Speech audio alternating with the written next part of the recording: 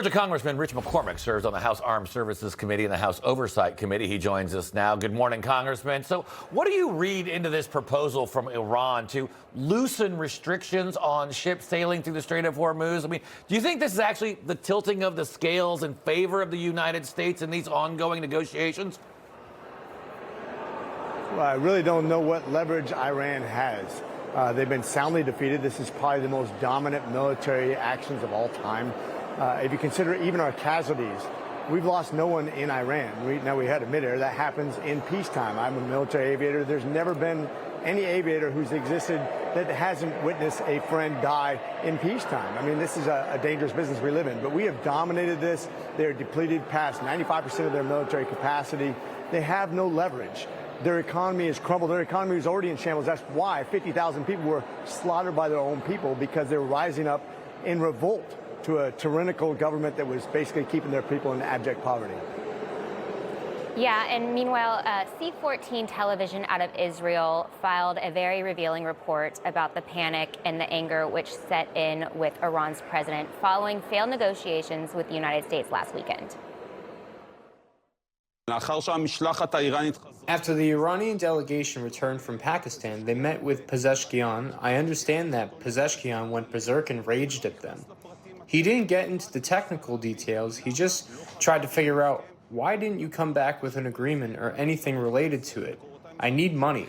My sources say he started yelling and went crazy ranting at the people who returned from Pakistan and told them, our economy could collapse in 2 to 3 weeks. So assuming this report is true, Congressman, is it realistic to expect that Iran may be on the verge of surrender?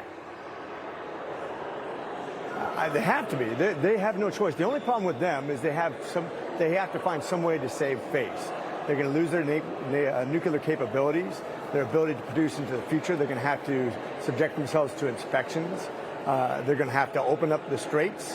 What leverage do they possibly have? This makes them basically incredibly vulnerable to anybody who challenges them for power.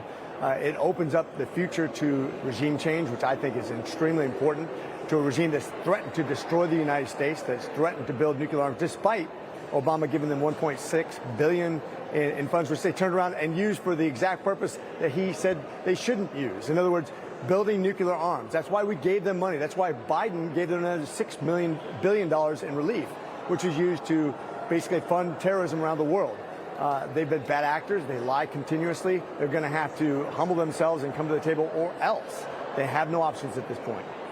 Yeah, Congressman, on that point, I mean, the U.S. and Israel took out their nuclear capabilities last summer in Operation Midnight Hammer. Now we find ourselves back a year later. If this regime stays in place after any deal, won't we just have to be back there in 5, 10, 12 years down the road?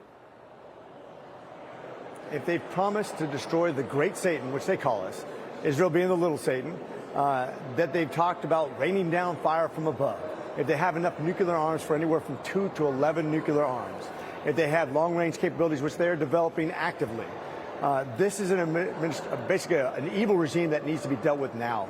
I don't see any alternatives. Somebody who would literally lie to 3 different presidents now about what they want to do and how they're going to do it. How can we possibly trust them into the future?